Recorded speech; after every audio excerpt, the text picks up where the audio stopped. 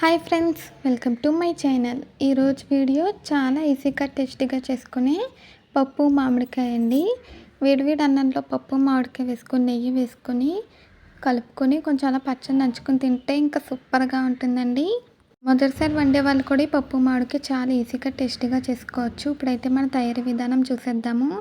ముందుగా ఇక్కడ నేను ఒక చిన్న గ్లాసు కందిపప్పు తీసుకున్నానండి. దాన్ని ఒక ప్యానెల్లో వేసి ఒక 3 సార్లు నీట్గా వాష్ చేసేయాలి. కందిపప్పుని వాష్ చేసానండి. నేను చిన్న గ్లాస్ తీసుకున్నాను. కందిపప్పుతో పప్పు మామిడికాయ ప్రెషర్ కుక్కర్లో కాకుండా ఇలా ప్యానెల్లో చేసుకుంటే ఇంకా టేస్టీగా ఉంటుందండి.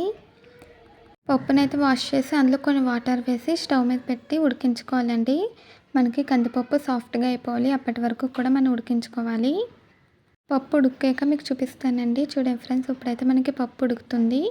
ఇంకా కొంచెం బాగా ఉడకాలండి. ఈలోపు నేను ఇక్కడ పప్పులోకి కావాల్సినవన్నీ కూడా తయారు చేసి పెట్టుకున్నాను. ఒక మామిడికాయ తీసుకున్నానండి. దాన్ని ఇలా తొక్క చెక్కేసి ముక్కలుగా కట్ చేశాను. మామిడికాయ మనకి పుల్లగా ఉంటే బాగుంటుందండి టేస్ట్. అలాగే ఇక్కడ ఒక ఉల్లిపాయని సన్నగా పొడుగ్గా కట్ చేశానండి. పచ్చిమిర్చి కూడా మనకి 4-5 వేసుకోవచ్చండి. ఇప్పుడు చూడండి ఫ్రెండ్స్, పప్పు అయితే ఉడికిపోయిందండి. ఇలా సాఫ్ట్గా ఉడికిపోవాలి. తర్వాత అందులో మనం కట్ చేసి పెట్టుకున్న ఉల్లిపాయ ముక్కలు, పచ్చిమిర్చి, కరివేపాకు, మామిడికాయ ముక్కలు కూడా వేసేయాలి. వేసేసి ఒకసారి కలుపుకోవాలండి. తర్వాత అందులో మళ్ళీ కొన్ని తగినంత వాటర్ వేసుకొని ఉడికించుకోవాలి. మనకి మామిడికాయ, ఉల్లిపాయ అన్నీ కూడా బాగా ఉడకాలండి. వాటర్ వేసాక పొంగొచ్చే వరకు హై ఫ్లేమ్లో పెట్టి తర్వాత లో ఫ్లేమ్లో పెట్టి ఉడికించుకోవాలండి. అప్పుడే మనకి అవి బాగా ఉడుకుతాయి.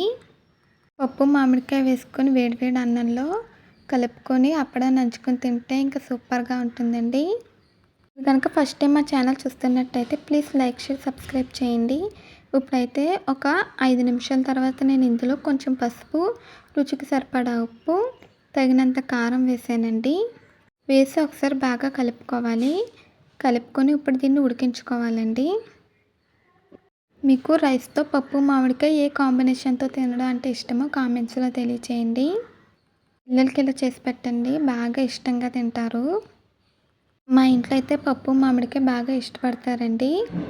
ఇలా కలుపుకున్నాక మనం లో ఫ్లేమ్లోనే ఉడికించుకోవాలి. మీకు ఉడికిపోయాక చూపిస్తానండి.